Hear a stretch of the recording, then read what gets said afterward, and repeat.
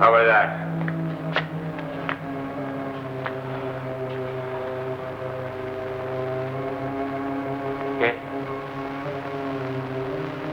কে ওখানে? বারান্দায় কে দাঁড়িয়ে?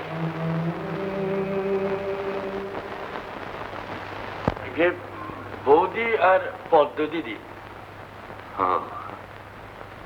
বিভাসের জন্য দাঁড়িয়ে আছে। আমি জানি বিভাসের জন্য দাঁড়িয়ে আছে।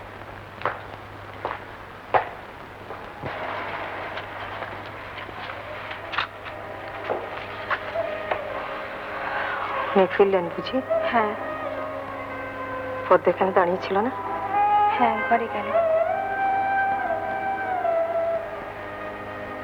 পদ্ম কাঁদছে বুঝি? হ্যাঁ। আমি কাঁদিনি, জীবনে কোনোদিনও কাঁদিনি।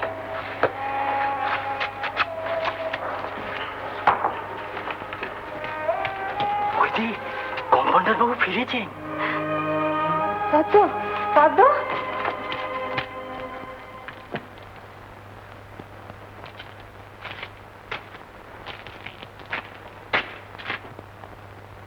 ওঠ পদ্ম, ওঠ। এভাবে শুকিয়ে মারার কোনো মানে হয় না। শ্বশুর মশার ঘরের সামনে দিয়ে আমি তোকে নিয়ে যাব, দেখে তিনি কি করে আটকান।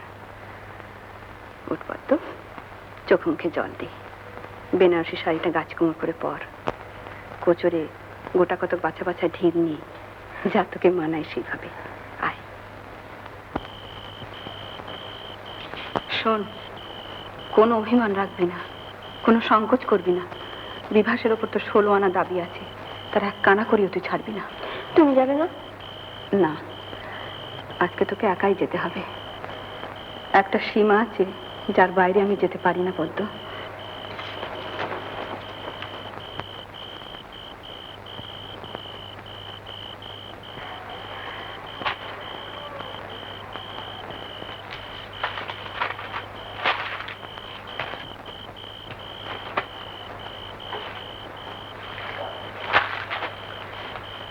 তুমি?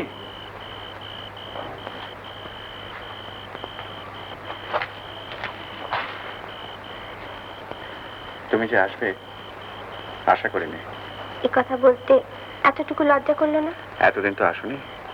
না ডাকতেই তোমার কাছে এসেছিলাম বলে বুঝি ভাবো আমাকে ডাকার দরকার করে না? না, যে দূরে থাকে তাকে চেঁচিয়ে ডাকতে হয়, আর যে কাছে থাকে তাকে ডাকতে চেঁচাতে হয় না। ওসব বাজে কথা আমি শুনতে চাই না। কালিকেটের জঙ্গলে কি শিকার করলে? তোমার বাবাকে জিজ্ঞাসা করো না। বাবাকে জিজ্ঞেস করবো কি? বাবা যেভাবে ফিরলেন দেখলে ভয় করে। নিচের ঘরে খেল দিয়ে বসে আছে। কি হয়েছে বলো না গো? আমাকে জিজ্ঞাসা করো না।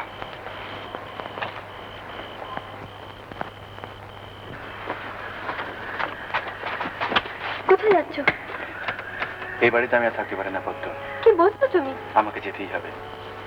বৌদি জানে তুমি যাচ্ছ? না, জানেন না, কিন্তু আমি জানি যে। কি জানো তুমি? কিচ্ছু জানো না। শোনো পদ্ম, তোমার কাছ থেকে আমি যা পেয়েছি তা জীবনে শোধ দিতে পারবো না। মানুষ তা জীবনে একবারই পায়, আর একজনের কাছ থেকে পায়। তাই বুঝি সে একজনকে ওই পড়া চিঠির মতো ছিঁড়ে ফেলে দিয়ে অনায়াসে চলে যাচ্ছ? কত শোনো, শোনো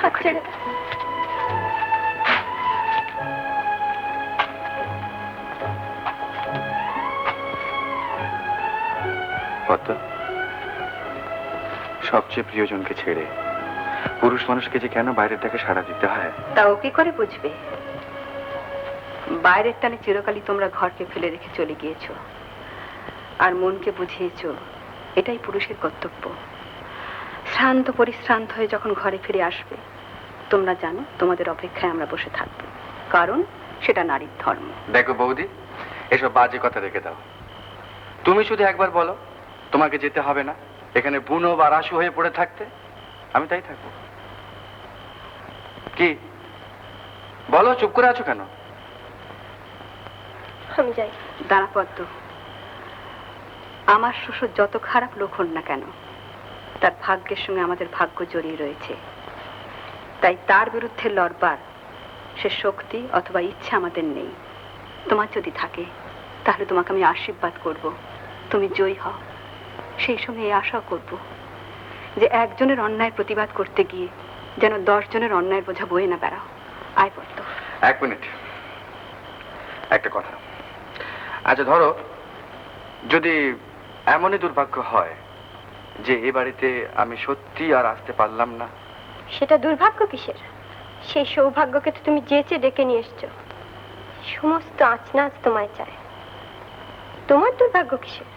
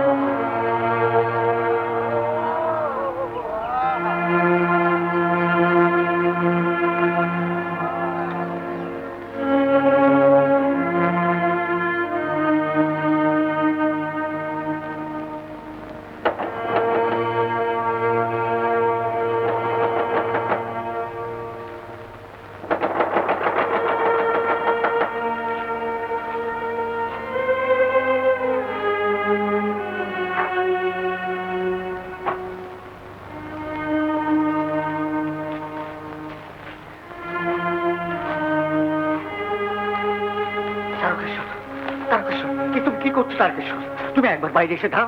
আমি বলছি আমরাই জিতবো, শিয়াল কুকুরের মতন ওদের তাড়িয়ে দেবো। যা করবার তুমি করো অনাদি। তারক, সারা জীবনের চেষ্টা এইভাবে নষ্ট হতে দিও না। আমি বলছি এতে তুমি মরবে না, এতে যে আমরাও মরবো। তারক, তারক।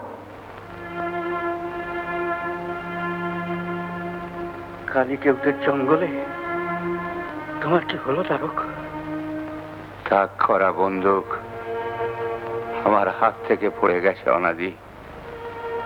সেই দিনই আমি হেরে গেছি।